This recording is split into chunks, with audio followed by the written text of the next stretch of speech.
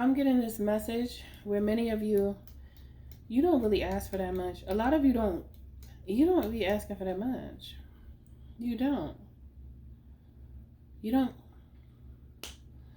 ask for that much when it comes to relationships. It's like you just like, I just want somebody that's gonna take care of themselves. And then I feel like you think like if they take care of themselves, then they gonna take care of me. And then that makes you want to take care of them too. Like you see like the how it go? It's like reciprocal. So you see someone, well, okay, at first I want to say if some of you find yourself just attracted to anybody, regardless of how they move in the world, then you have to be careful because it can make it very easy for you to end up with someone who does not take care of themselves. And if somebody's not going to take care of themselves, then they're not going to think about taking care of you. These are like little common mistakes that I feel like people make just because they want to be in a loving relationship. Which, I mean, I know. It's nice to be in love. But every situation can't be labeled as someone being in love. You know? So you gotta be careful with that because everything is not love. Some of these people, they don't come from a place of love, so how could they love you? And then if you're a lover and then you're with somebody that doesn't love you back, who suffers? You, because you're the lover. You're the one who's always trying to adjust things and make it work and fix this and fix that. And then the other person's not doing much of anything. That's not okay. That's why I always tell you guys to continue to live life, you know, because waiting for someone, it could take a toll on you, because what if that person decides not to come? What you doing? You just gonna sit there and wait for somebody you don't even know if they coming or not? That's crazy work. That's all I'm saying. Because many of you have your hearts on hold.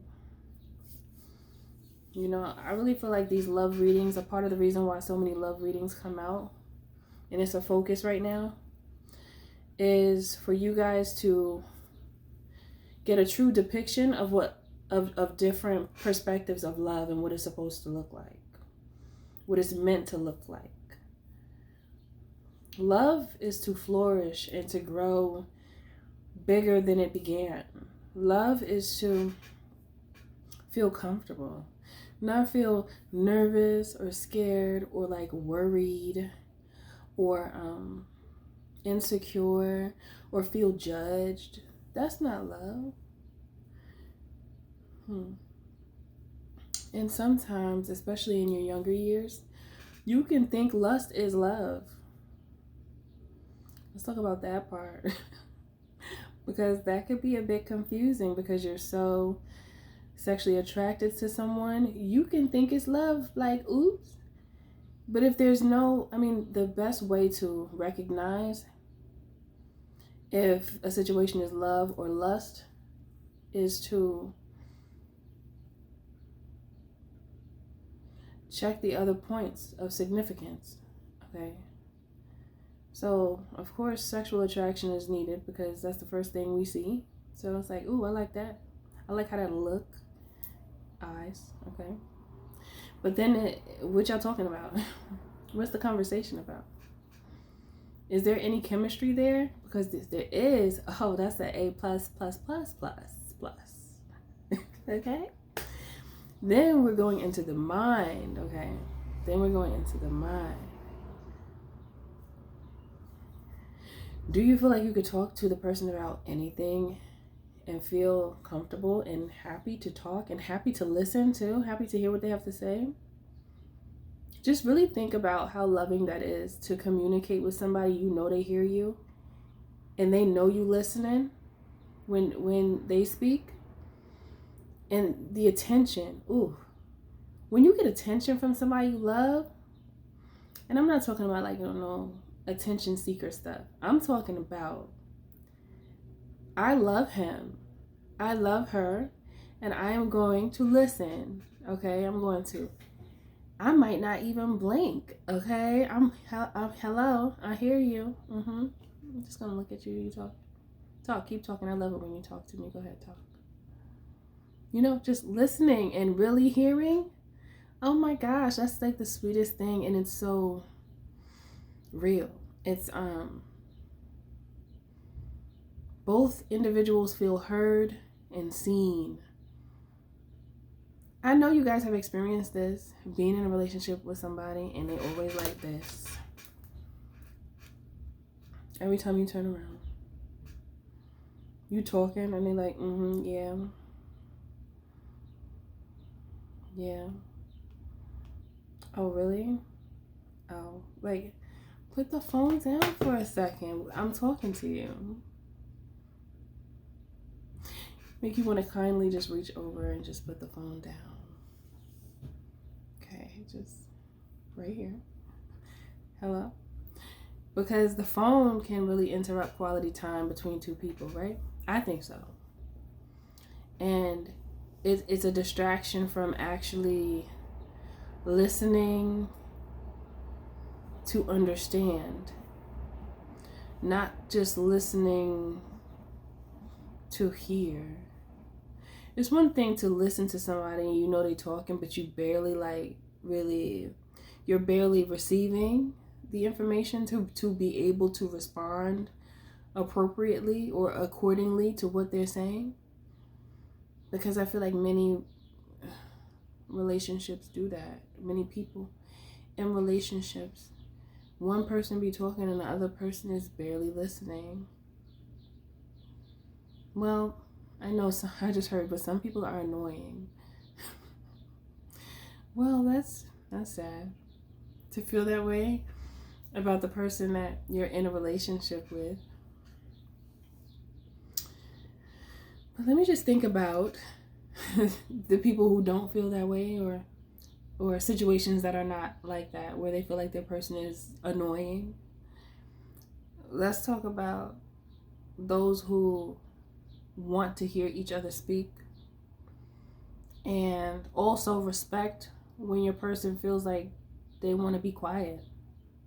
Because sometimes we have moments in time where we might be just wanting silence for a second. Having understanding of others' emotions is like one of the keys to a good relationship, I feel. Because many times people get stuck in their own way of thinking. And then it's almost like they automatically think everybody is supposed to feel exactly how they do in that moment. And as soon as they notice that their person is not on the same wave as them, in that moment, it's kind of like, why you acting like that? You acting funny. Then it turns into like an argument.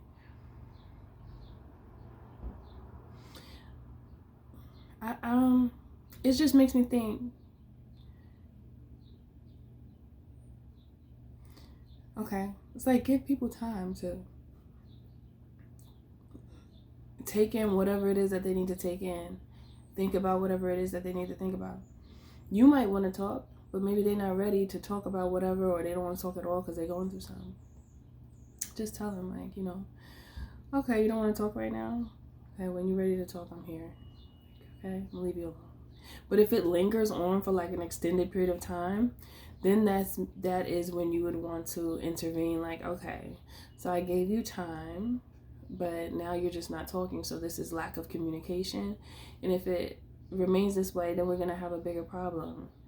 So I need to hear you say something. You can't just be quiet like that and just leave me with nothing when we talk. Like,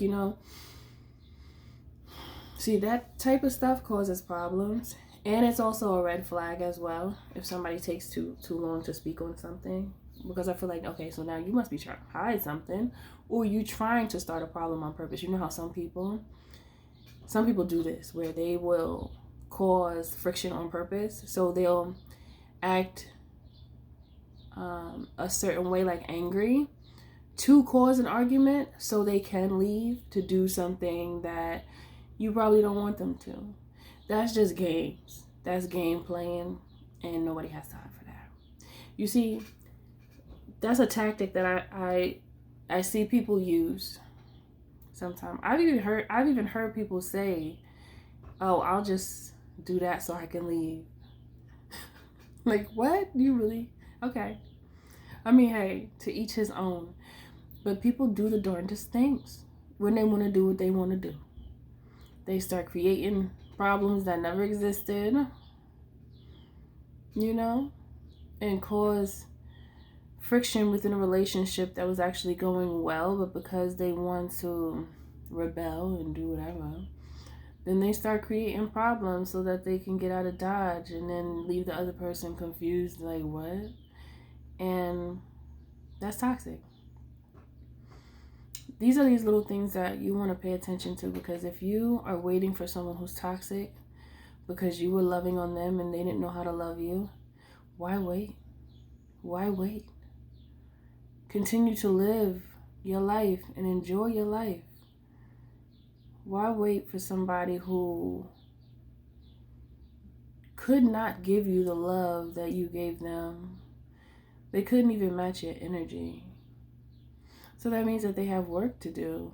You've done the work that they need to do. So that means that it's smart for you to continue to live and explore.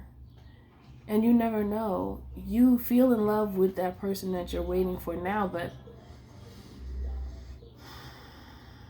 that might not be your person for some of you. You know, it's just the fact of the matter. That might not be your person. And you waiting for them is closing off your heart to the others that will love you the way that you desire to be loved. Isn't that crazy when you think about it? Why would you wait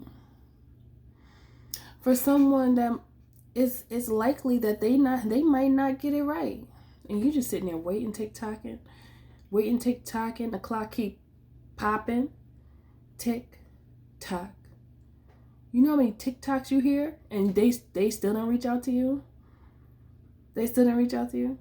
So if someone who is handsome or beautiful, you see them, you start talking, and it's natural and it just feels right, if they tell you, "Can I take you out?" I just heard Luther Vandross, "To the movies, to the park, I'll have you home before it's dark. So let me know, can I take you out tonight?" So if there was a person that you felt a good vibe from, you would just say no, because you're waiting on somebody that is like, they ain't treat you right, and they didn't apologize. They never came through to try to have a conversation to make sense of anything. They didn't show you any effort. They haven't shown you any improvement, and you just there waiting. How long you gonna do that? How long you gonna do that? Because it's the person you're waiting for. Have you ever thought about if they're laying up with somebody else and you're just sitting there waiting for them? It's like, live your life, and if they come back around, fine and good, and then you make a decision as to if you're gonna, you know, step to the side and go to that person, or however you're gonna do it. But my point is, continue to live, because that's not fair to your soul to just stop living off the strength of someone who couldn't even get it right when they had you. No, it makes me want to cry for you. That makes me want to cry for you. And I had to learn that, because I know what it feels like. It felt like to like wait for someone. I was like, wait, maybe I should give them some time. And I was like, hold on, this don't even feel right. What am I doing? I had to check myself, you know, because we have to be realistic with ourselves. And I think that's a big problem, because a lot of people will place themselves in la la land and believe that everything in this fictitious place is real, that you create in your mind. So you must be mindful and think about that, because sometimes I'll look at your comments and the things that some of you say. Some of you wait for so long and you're still sad about what happened, which I mean is valid because things hurt. But to be sad for that long about someone who mistreated you, right? And stop living, and you remain in that sadness, and you can't even find it within your vessel to be happy about something, that's a problem. That right there is causing too many broken hearts. There's too many broken hearts. When there's too many broken hearts, it lowers the frequency of the earth. And a lot of you are under that spell of thinking that it's a good idea to wait for someone who could have had multiple people since you, or could be with someone, whoever, but they just not with you though. That's the thing. So it's like, why do that to yourself? That's so sad when you really think about it. Do you want to be sad? Do you want to continue to close yourself off? The more you close yourself off like that, the more you stop yourself from meeting the person that is actually meant for you, because you're waiting for someone who couldn't even get it right. That also has a lot to do with self-love as well, because once you recognize the love that you have for yourself and how immense it is, and how much God loves you as well, you will realize that it doesn't make sense to wait for someone who couldn't even get it right when they were with you. Like I said, if they come back and they talking different, acting different, they different, then you can consider. But if you're just waiting and this person is not contacting you, you call, they not answering, they weird, like they saying one thing, doing something else, then oh, yeah, no, I don't want to be in a relationship, I just want to be free. That's another red flag. Oh, I'm young, I just want to have fun. Oh, girls, just want to have fun. I just heard that, man. Oh, girls, just want to have fun. So, I mean, you got to know who you with. Who are you with? Are you with somebody who just want to have fun? And they're like, I just want you for a night, or I just want to be able to call you when I want to call you to get what I want, and then I'm gonna move on to the next thing smoking. Okay, so that's very blunt. It's very blatant in your face, and people say sometimes what it is that they want. And it's like, okay, respect it. Is that what you want? Are you okay with that? No. So don't do it then. If you are like someone who is very, what's the word? You only want to lay down with someone who you actually have feelings for, right?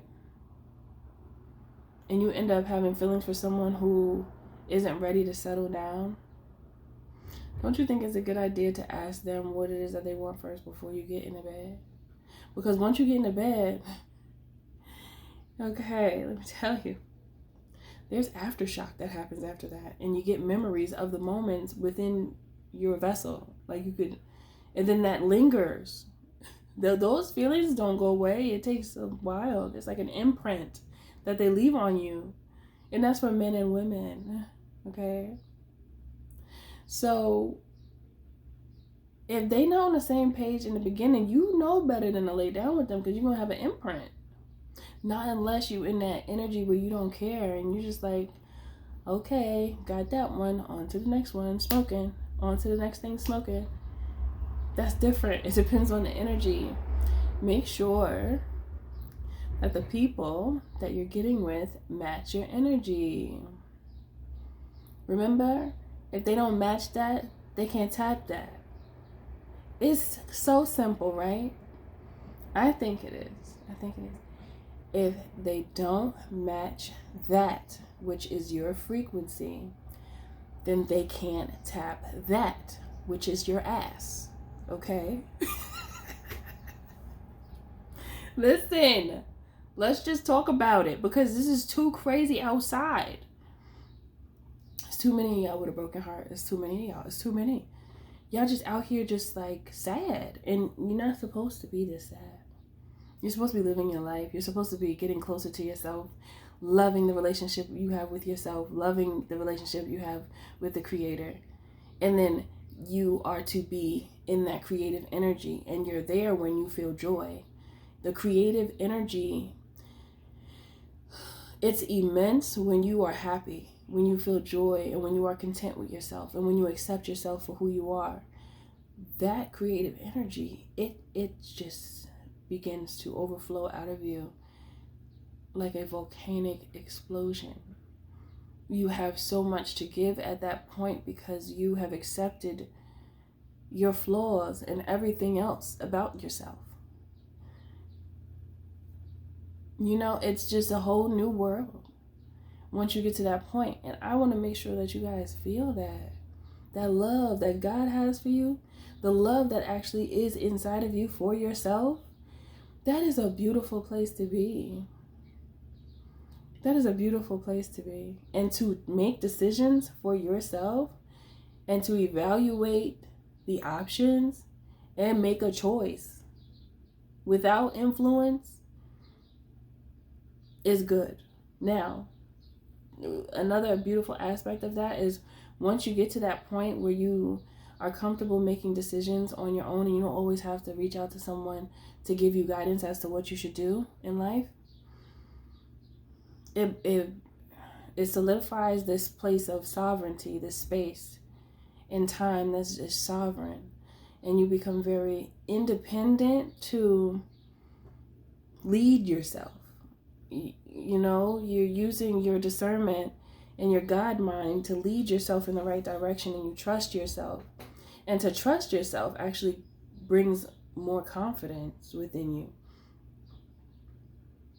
At that point, once you reach that, other people around, they can't help to see it coming from you, because it's just pouring out of you. Love just be pouring out of you. And it makes people that are of your same frequency attracted to you.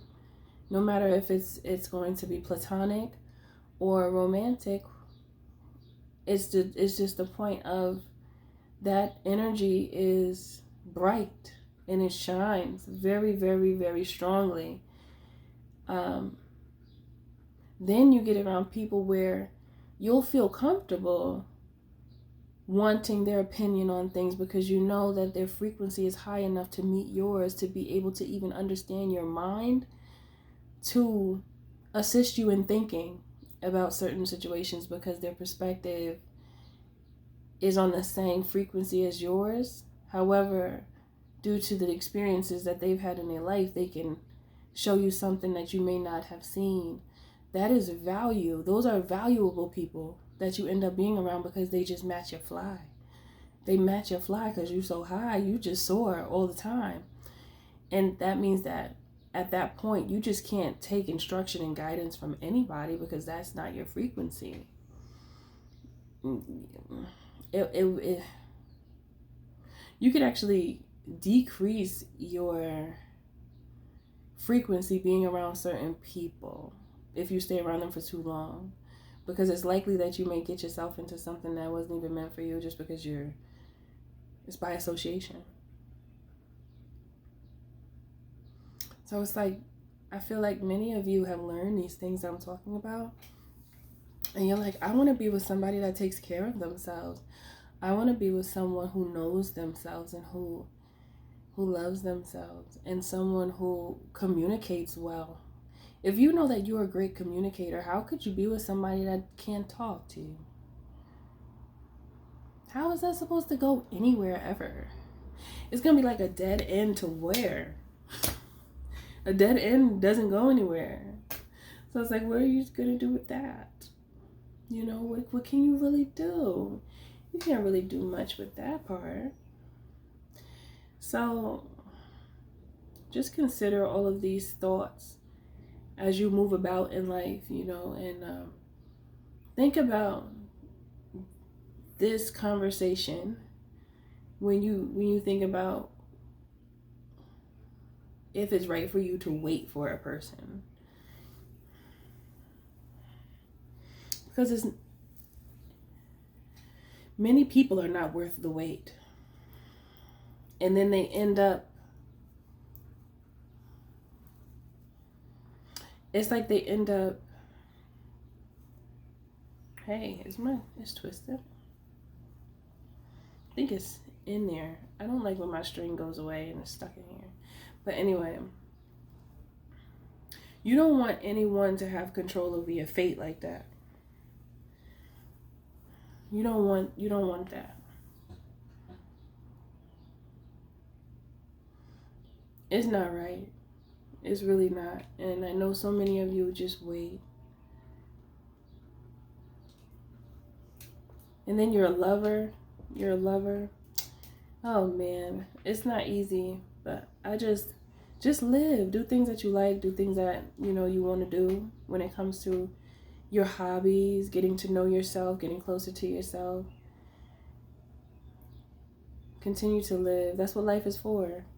Don't restrict your soul's journey off the strength of someone who broke your heart. That's like having your soul locked up in jail and it wants to be free to explore this experience of life.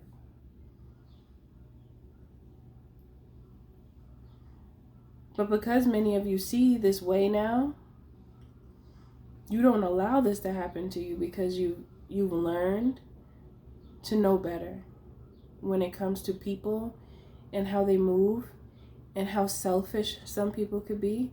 Some people are very selfish. And, you know, to a certain extent, it's good to be selfish because we have to focus on self if we want to be any good to anybody else or just a good representation of a person in life.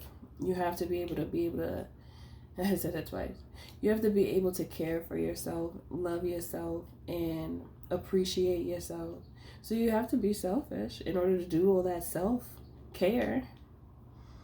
But at the same time, the self-care is supposed to bring you to a place of acknowledgement that supports the reason as to why we should care for one another. And if you're in a relationship where someone can't give you that care, then that means that they don't care. And why would you give all of that good and loving you have to somebody who don't care? We can't do that. I mean, we could, but does it make sense? No, it don't make sense. I don't know. If somebody say that makes sense, you're going to have to tell me how. Like, how you thinking? Because it doesn't make sense. It's also about respecting other people's journey as well. Because just because you healed doesn't mean everybody else did. That's another thing. So if you just so happen to be with someone who hasn't healed in a certain area, it's our responsibility to be mindful of that and allow people to heal. Go ahead, do you. You have something you need to work on. I'm not going to interrupt that. I'm going to stay right over here on my side until you get that in order. Because when people don't move forward, it means that there's something stopping them. And whatever is stopping them is shadow work. There's shadow work that needs to be done right there in that area. And it's like the best thing you could do is allow them to figure that out without bothering them and being all because that messes up their experience and their learning process. And you don't want to get back with a person that's not even ready. Sometimes we rush things that shouldn't be rushed because it doesn't make sense. You separate from someone, they need to heal. They may or may not heal. And some people want to almost tell them to hurry up or start arguments. And there's no time really when it comes to healing. You can't, that's divine time. And that's self-realization. Self-realization brings healing as well. When you realize who you are and what you have to offer and your purpose, there's a lot of things that many of you deal with that you're not going to deal with anymore. Because you're going to already know You're going to have like this, it's almost like an internal template of pros and cons of what makes sense to you in your life and what doesn't. And as soon as something doesn't make sense, you drop it so much faster than before when you didn't really know yourself. And that is the power of knowing thyself. When you, remember I said that? Like the key to life is to know thyself. I said that yesterday. The power of that is the simple fact that a lot of the struggle and heartache and pain that you go through, it's only happening because you haven't been acquainted with the true nature of you yet. You don't truly know thyself yet. When you know yourself, there's a lot that you're not going to tolerate. You're not. You're just not. It's just, you can't even do it. It's like you can't even allow yourself to do it because you already know that it's just, it doesn't feel right to you. It doesn't feel right to you because it's not right. It doesn't match you. How will you know if something is in divine alignment with you if you don't know what your alignment is? That's really the only way that you would see if someone else is in alignment with you. You would have to know your own alignment. So know thyself when you move and when you connect. And when you use your patience. Know what to use your patience for. Don't make a mistake and use your patience to put your own soul on hold when the whole point of this life is for your soul to go on the journey, to have a human experience. Let your soul experience the human experience, okay? Don't hurt yourself because someone else hurt you. No bueno. If you would like to book a coaching call or a reading with me or purchase any of my books,